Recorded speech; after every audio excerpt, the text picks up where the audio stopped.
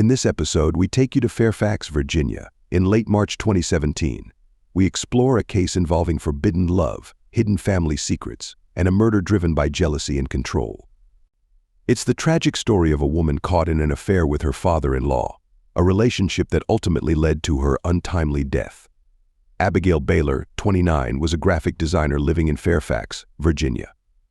She worked from home, focusing on designing promotional materials for nonprofit organizations, particularly those aimed at supporting developing nations. In her community, Brielle was admired for her kindness and creativity. Brielle frequently volunteered at local events and joined neighborhood cleanup efforts. Friends remembered her as warm and generous, always ready to help out. They also mentioned her quieter, more reserved side, and noted that she sometimes made impulsive decisions when she felt cornered or overwhelmed. Despite her professional achievements, Brielle was privately dissatisfied in her marriage to Travis Baylor, a 31-year-old government contractor. After they lost their home due to financial difficulties, the couple moved in with Travis' father, Rodney Baylor.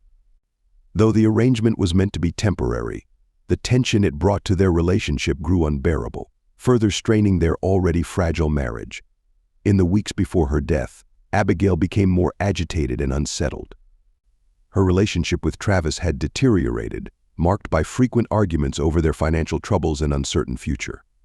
At the same time, she had secretly started a sexual affair with her father-in-law, Rodney Baylor, a 66-year-old retired Army colonel. The affair initially served as an escape from the tension in her marriage, but soon it left Brielle feeling trapped and conflicted. She desperately wanted out of the toxic dynamic with Rodney, but didn't know how to untangle herself. Adding to her stress, Brielle was also feeling overwhelmed by mounting pressure from her work commitments. Brielle had been pouring all her energy into securing a major new client, an international relief organization, and the long hours and tight deadlines were taking a toll on her. Friends noticed the shift in her demeanor. She seemed more stressed than usual. Brielle was someone who kept her personal struggles hidden, always maintaining a brave front, even when things were falling apart behind the scenes. Brielle's life, once filled with promise and creativity, came to a devastating end just days before she planned to leave her complicated situation. On the morning of March 27, 2017, her husband, Travis Baylor, made the grim discovery. Brielle's lifeless body was found in the living room of his father's home in Fairfax, Virginia, marking the beginning of a murder investigation that would unravel deep family secrets and betrayals. At around 6:30 a.m., Travis returned from his regular morning jog through Burke Lake Park, a routine he had followed for the past year. As he stepped into the house, something felt off. The living room was in complete disarray. Furniture had been overturned, and framed photos of him and Brielle lay scattered across the floor. A sense of dread filled him as he called out for his wife, but there was no response. Initially believing they had been robbed, Travis stepped further into the living room. But his heart sank as he made a horrifying discovery. Brielle lay motionless on the floor, her body twisted and marked with bruises. A dark scarf was wrapped tightly around her neck, confirming the grim reality that she had been strangled. The shock coursed through him, and he quickly reached for his phone to call 911. His voice trembled with anguish as he repeated, "My wife's dead. Someone killed my wife." Travis exclaimed, his voice breaking with despair. Within minutes, paramedics and Fairfax County Police arrived at the house. They quickly confirmed Brielle's death, and after assessing the scene, the first responders estimated that she had been killed the previous night, likely between 10 p.m. and midnight. Still reeling from the shock, Travis was asked to step outside as investigators began examining the scene. Neighbors reported hearing nothing out of the ordinary the night before. The couple's home, nestled in a quiet, upper-middle-class neighborhood, seemed like an unlikely setting for such a violent crime. The Baylors lived in a community where residents felt secure enough to leave their doors unlocked, making the news of a murder even more shocking for the entire block. As Travis paced outside their home, visibly distressed, police began questioning him about his whereabouts the night before.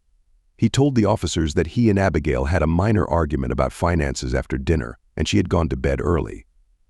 Travis spent the evening working on a presentation and went to bed later without checking on her. When he woke up for his morning run, he assumed Brielle was still asleep. By mid-morning, yellow crime scene tape surrounded the Baylor home, and neighbors gathered outside, watching as police worked to gather evidence. The discovery of Abigail's body marked the start of an investigation that would soon reveal troubling secrets within the Baylor family. Fairfax County police officers arrived at the Baylor home shortly after 8 a.m. on March 27, 2017. The neighborhood was quiet, with a few early morning commuters heading to work, oblivious to the tragedy unfolding just a few doors down.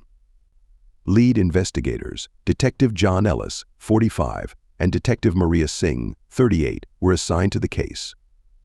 Detective Ellis was known for his no-nonsense attitude and had handled high-profile murder cases in the past, while Detective Singh, a rising star in the department, earned praise for her keen attention to detail.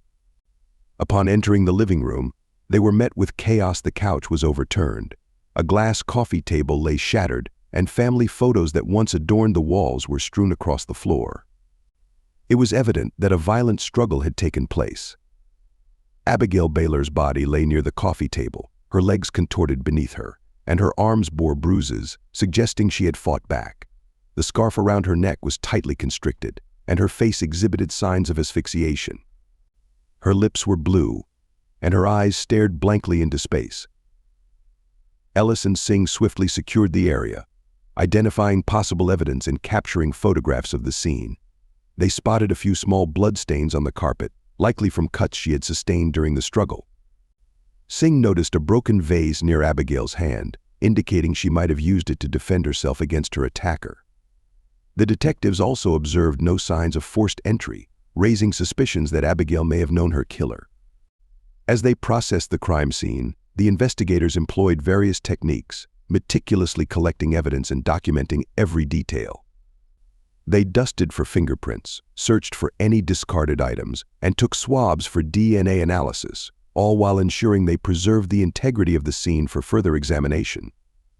Forensic technicians worked diligently, dusting the room for fingerprints, collecting hair and fiber samples from the carpet, and meticulously examining the scarf used to strangle Abigail. They were hopeful that the fabric might contain traces of the killer's DNA, which could provide critical evidence. Meanwhile, Detectives Ellis and Singh reviewed surveillance footage from nearby homes, searching for any unusual activity or figures that might have passed by the Baylor residence on the night of the murder. They knew that even the smallest detail could lead them closer to uncovering the truth behind Abigail's tragic death. As the investigation deepened, authorities began to theorize that Abigail's murder was a crime of passion. The sheer brutality of the attack indicated that it was personal, rather than the result of a random robbery gone awry. Detective Ellis told reporters that the nature of the crime was intimate and violent, which directed their focus toward those closest to Abigail, especially her husband, Travis Baylor, and his father-in-law, Rodney Baylor. With emotions running high and motives under scrutiny, the detectives knew that uncovering the truth would require peeling back layers of family dynamics and hidden secrets. The crime scene was processed with great care, and detectives worked diligently into the afternoon. By the end of the day, they had gathered over a dozen pieces of evidence, but many questions lingered. What had triggered such a violent confrontation in this otherwise quiet household? Travis Baylor, 31, quickly became the focal point for investigators. With the emotional strain of their recent arguments and his relationship with Abigail hanging in the balance, police were eager to understand his role in the tragic events that had unfolded. Travis Baylor was Abigail's husband, a charming government contractor who frequently spoke of his influential connections in the community. To outsiders, it seemed he had a perfect life, an impressive job, a nice car, and a solid reputation. However, beneath this polished surface, his reality was far more complicated. For more than a year, Travis had been involved in an affair with a younger woman named Brielle Perez. As his marriage to Abigail deteriorated, they faced increasing financial difficulties after losing their home and moving in with his father, Rodney. On the morning of Abigail's murder, Travis maintained that he had been out jogging, a routine he insisted he followed consistently. Travis seemed composed during his conversation with detectives, but his discomfort became evident when they inquired about his relationship with Abigail. He acknowledged that they had been arguing lately, but dismissed it as typical marital issues. However, when Detective John Ellis pressed him about his affair, the facade of calmness began to crumble, revealing his unease. Travis grew defensive, maintaining that his affair had no connection to Abigail's murder. While he cooperated with the detectives, his responses became increasingly evasive when they probed into his movements that morning. His alibi lacked solid evidence, leaving many questions about his whereabouts during the critical hours leading up to Abigail's death. Detectives were puzzled by Travis's claim that he noticed nothing out of the ordinary when he returned home.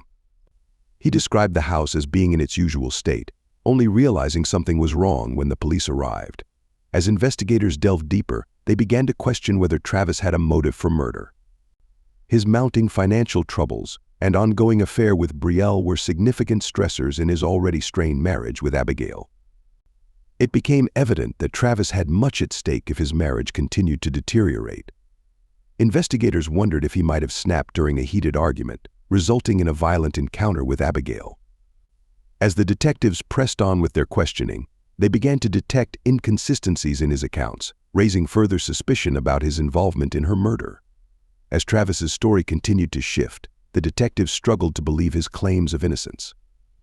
They couldn't ignore the mounting evidence: his crumbling marriage, dire financial situation, and the public nature of his affair with Brielle. By the end of their initial questioning, he had become a primary suspect in Abigail's murder. The police were seeking more evidence, but the profile they were developing of Travis painted him as a desperate man, potentially capable of anything to escape his circumstances. Their attention then turned to Brielle Perez, 22, Travis's mistress, whose relationship with him was well known. Brielle worked as a bartender at a local Hooters while pursuing her dream of acting, hoping for a breakthrough. Known for her fiery personality and bold demeanor, she openly flaunted her relationship with Travis, often sharing suggestive photos of them on social media. Friends characterized her as confident and outgoing, though some viewed her as reckless and easily prone to jealousy. Brielle didn't hide her contempt for Abigail. Investigators discovered several hostile messages from Brielle on Abigail's social media, where she mocked Abigail's appearance, called her fat and ugly, and even made cruel comments about her eating pets. These messages revealed that Brielle had multiple motivations for wanting Abigail removed from the equation. Abigail's death would allow Travis to be with Brielle, and her frustration had been growing over his hesitation to leave his wife. During her questioning on March 28, 2017, detectives found Brielle unexpectedly cooperative. She answered their questions with a calm demeanor, even exuding a sense of smugness. Brielle firmly denied any involvement in Abigail's murder, asserting that she hadn't seen Travis in the hours leading up to the crime. She claimed to have been working a shift at Hooters during the time of the killing, and several coworkers corroborated her presence at the restaurant. However, her alibi had some gaps, leaving room for doubt. When detectives confronted Brielle about the nasty messages she had sent to Abigail, she brushed them off as mere venting. "I'm just a girl being a girl," she declared, displaying little remorse for her actions. Despite her casual demeanor, the detectives noted the potential motive behind her hostility toward Abigail, given her tumultuous relationship with Travis and her desire to eliminate any obstacles to their future together. Investigators were left questioning whether Brielle's jealousy and resentment could have escalated to murder. As the investigation progressed, police grew increasingly suspicious of Brielle's relationship with Travis. They began to consider whether Brielle had pressured him to choose between her and Abigail, raising questions about whether her jealousy had driven her to take drastic action. Detectives probed Brielle about the dynamics of her relationship with Travis, but she remained adamant in her denial of any involvement in Abigail's murder. "I had nothing to gain from her death," she insisted, maintaining that her focus was solely on her budding acting career and her relationship with Travis. Her calm demeanor and defiance only added to the detectives' suspicions. Brielle's insistence that she didn't need to resort to murder to be with Travis seemed to clash with her fiery temperament and the hostility she had shown toward Abigail. Detectives found it hard to overlook the timeline and the escalating tension in her relationship with Travis, especially given the several hostile messages she had sent Abigail. Despite Brielle's outward confidence and claims of innocence, her emotions, coupled with the potential motive for wanting Abigail out of the way, made her a prime suspect in the investigation. The detectives felt they needed to dig deeper into her alibi and her interactions with Travis in the days leading up to the murder to uncover any inconsistencies that could tie her to Abigail's death. As the investigation continued, forensic teams were meticulously analyzing the evidence collected from the crime scene. On the morning of March 30th, a forensic technician discovered something crucial during the examination of Abigail's body. A small piece of fabric was caught in the scarf that had strangled her. This fabric, believed to be from a clothing item, could potentially lead to identifying the killer. Meanwhile, police received a tip-off from a neighbor who reported seeing a suspicious vehicle parked near the Baylor home the night of the murder. The vehicle was described as a dark-colored sedan, which was not commonly seen in the neighborhood. Detectives quickly reviewed surveillance footage from local cameras and began tracking down leads related to the car. With this new evidence and leads to follow, the detectives felt a renewed sense of hope that they might be able to connect the dots and uncover the truth behind Abigail Baylor's tragic murder.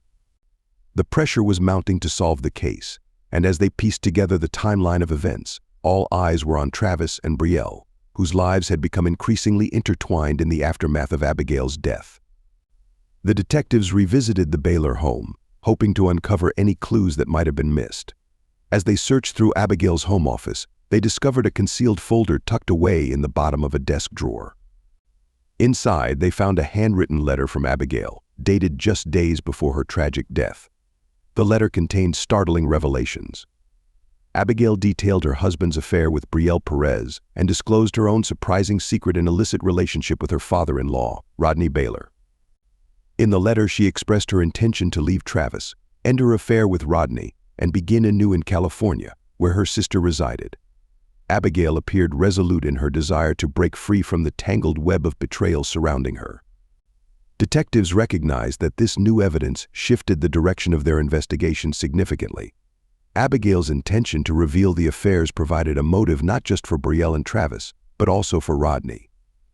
The finding of this letter marked a pivotal moment in the investigation, suggesting a possible confrontation between Abigail and Rodney that may have resulted in her death. It also offered insight into Abigail's emotional state in the days prior to her murder. She conveyed feelings of being trapped and conflicted, yet also expressed a sense of hope that she could change her circumstances. The detectives quickly shifted their focus toward Rodney. Abigail's plans to leave and her decision to end their affair could have provoked a violent reaction. Detective Martin and her team utilized the letter to piece together a clearer timeline of events leading up to the murder. Forensic handwriting experts were brought in to confirm the authenticity of the letter, affirming it was indeed written by Abigail. With this critical piece of evidence in hand, the detectives returned to the crime scene, focusing intently on spots where Rodney might have left behind fingerprints or other physical evidence. This discovery served as a crucial turning point in the investigation, shifting their focus squarely onto him. Not only did the letter provide insight into Abigail's last days, but it also illuminated the precarious nature of the tangled relationships within the Baylor family. With this newfound information, detectives zeroed in on Rodney as their primary suspect. The revelation of Abigail's letter infused the investigation with a renewed sense of urgency, as they sought to unravel the complex dynamics that may have led to her tragic death. The police were resolute in their pursuit of solid evidence linking Rodney to the murder, so they started monitoring his activities in the days leading up to Abigail's death. Rodney "Rocky" Baylor, 66, was Abigail's father-in-law and had long been a respected member of the Fairfax community. A retired Army colonel, he had enjoyed a quiet and comfortable life following his military service. However, the investigation was about to expose a side of Rodney that few had seen. Rodney was a well-regarded figure in his community, known for his discipline, sharp wit, and commanding presence. However, as investigators focused on him following the discovery of Abigail's letter, they began to reveal a much darker side to his character. It emerged that his affair with Abigail had lasted nearly a year, casting a shadow over his respectable image. The affair had begun after Abigail and Travis moved into Rodney's home due to financial difficulties. As they settled in, Rodney, still fit and charismatic despite his age, transformed from a mere father figure into a secret lover for Abigail. Their relationship had developed into a clandestine and passionate affair, marked by emotional and physical complexities. On March 31, 2017, detectives summoned Rodney for questioning. Detective Maria Singh, the lead investigator on the case, aimed to uncover his true motivations and potential involvement in Abigail's murder. Rodney remained calm and cooperative, responding to questions with the precision and courtesy typical of a retired colonel. Yet subtle cracks began to show in his facade. He seemed overly eager to downplay the affair, labeling it as a mere misunderstanding and referring to it as a brief lapse in judgment. When the police confronted Rodney about Abigail's decision to end their relationship, as revealed in the letter, his demeanor shifted. His expression turned serious, and he firmly denied any knowledge of the letter or her intentions to leave him and Travis. The detectives picked up on the strain in Rodney's voice each time they mentioned Abigail. He was a man accustomed to being in control, and the prospect of losing her both emotionally and physically could have driven him to a breaking point. When pressed about his whereabouts on the day of Abigail's murder, Rodney stated he had been out running errands before attending a local veterans event. However, his alibi was weak and difficult to verify, raising further suspicions among the investigators. As the interrogation progressed, Rodney's defensiveness increased, particularly when detectives suggested that Abigail might have revealed their affair to his son, Travis. Though he maintained a calm demeanor, it was evident that the thought of losing everything: his family's respect, his reputation, and Abigail had struck a nerve. With Rodney now identified as the primary suspect, the police ramped up their search for solid evidence connecting him to Abigail's murder. The investigation was far from complete, but Rodney's calm facade was beginning to show signs of cracking. On April 2, 2017, investigators received the breakthrough they had been hoping for. After weeks of analyzing evidence, they discovered a key detail in the forensic report: a partial fingerprint found on the scarf used to strangle Abigail. The print matched none other than Rodney Baylor, Abigail's lover and father-in-law. This finding confirmed the suspicions the police had harbored regarding Rodney's involvement. With the fingerprint as solid evidence, detectives were increasingly convinced that Rodney had been in close proximity to the scarf used to strangle Abigail. Combined with the incriminating details from Abigail's letter, police began to formulate a clear motive. Abigail had intended to terminate their affair and expose the truth about her relationship with Rodney, as well as Travis's infidelity. For Rodney, a man who thrived on control, the thought of losing both his lover and his reputation pushed him toward a tragic and fatal choice. On the morning of April 3, 2017, at 9 a.m., police executed the arrest of Rodney at his Fairfax home. He offered no resistance. When officers entered, they found him in his study, casually reading a newspaper with a cup of black coffee resting on his desk. The once proud Army colonel maintained his composure as detectives placed him in handcuffs, but a subtle shift crossed his expression. It was clear he wasn't surprised by the turn of events. It was as if he anticipated this moment all along. At the police station, Rodney stayed largely quiet. When questioned about the charges against him, he simply replied, "I did what I had to do." His chilling admission reverberated through the community, where he had long been held in high regard. The arrest sent shockwaves through Abigail's family, leaving her husband, Travis, utterly heartbroken. Not only had he lost his wife, but Travis was also forced to confront the depth of his father's betrayal. Although his marriage was unraveling, he never imagined that his own father had been involved with Abigail. This shocking revelation dealt a devastating double blow, leaving him to grapple with the loss of both his wife and father within a matter of days. Friends and neighbors were left in disbelief. Rodney had long been regarded as a pillar of the community, a man of integrity and respect. Those who knew him struggled to reconcile their image of him with the harsh reality of his actions. The man they admired was now revealed to be the murderer who had taken the life of his own daughter-in-law. Abigail's death had already left her loved ones reeling, but Rodney's arrest transformed the case into a chilling tale of family betrayal. What began as a straightforward murder investigation quickly unraveled into a web of dark secrets that shocked everyone involved. Rodney Baylor's trial commenced in late November 2017. The courtroom buzzed with anticipation as local news outlets, including the Washington Post, closely followed the case. Rodney, a once respected retired Army colonel, entered the courtroom dressed in a sharp suit, his hair meticulously styled. Despite the gravity of the charges against him, he maintained a calm demeanor throughout the trial, bolstered by a formidable legal team. Several of Rodney's longtime friends, including high-ranking military officers, took the stand in his defense. They portrayed him as a man of honor and a war hero who had devoted his life to serving his country. Their testimonies seemed to resonate with the jury, casting a shadow over the substantial evidence that pointed to his guilt. His defense attorney, Bentley Milford Hobart, a seasoned lawyer renowned for representing military personnel, argued that Rodney had been under tremendous emotional strain due to the complicated family dynamics. At 62, Milford Hobart was sharp and self-assured, with a reputation for securing reduced sentences for his clients. He contended that Rodney had acted in a moment of passion rather than premeditated murder. The defense portrayed Rodney as a man feeling trapped and betrayed by Abigail's intention to reveal their affair, which they claimed triggered his violent outburst. They emphasized his history of good deeds, highlighting his military service and deep connections within the community. In contrast, prosecutor Dana Hartley, 38, advocated for a severe penalty, arguing that Rodney's actions were calculated and rooted in a desire to maintain his facade of respectability, regardless of the devastating impact on his family. Hartley was resolute in her pursuit of justice, emphasizing that Rodney must face the repercussions of his actions. She meticulously laid out the forensic evidence, including the critical fingerprint found on the scarf and the contents of Abigail's letter, to demonstrate the premeditated nature of the crime. In her closing argument, she firmly stated, Rodney's standing in the community should not exempt him from accountability. Regardless of his past, this was a cold-blooded murder. Her words resonated in the courtroom, framing the case as a stark reminder that no one is above the law. The trial was a profoundly emotional experience for Abigail's family. Her parents, Thomas and June Howard, occupied the front row each day, absorbing every detail of the proceedings with heavy hearts.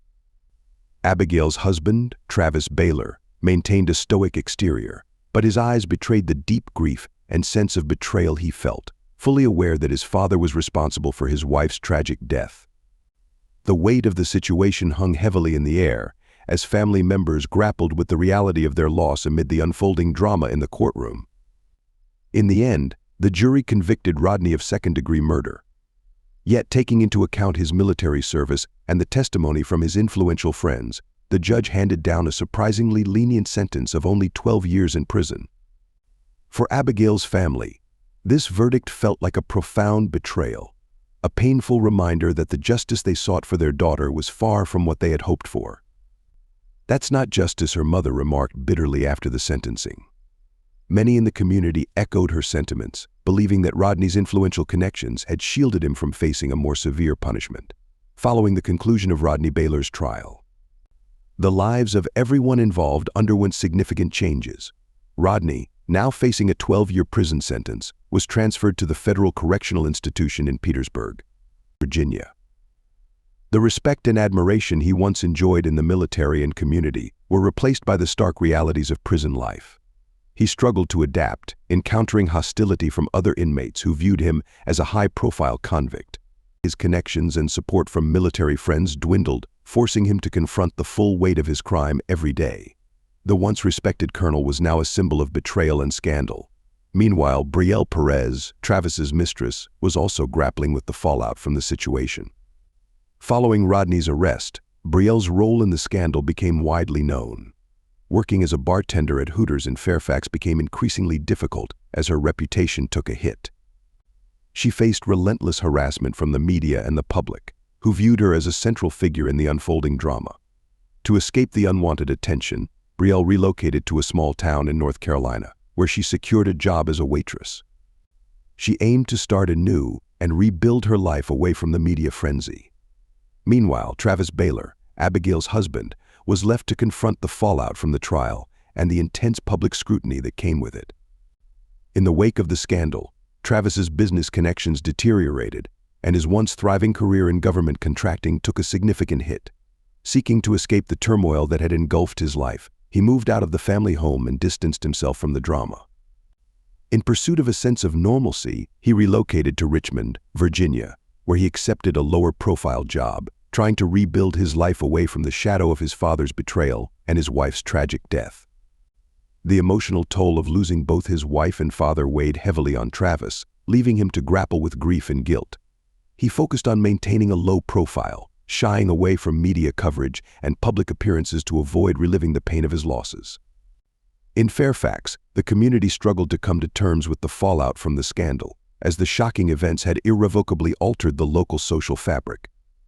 Friendships were strained, trust was shattered, and many residents questioned their own relationships, aware that the betrayal within one family had rippled through their lives, leaving an indelible mark.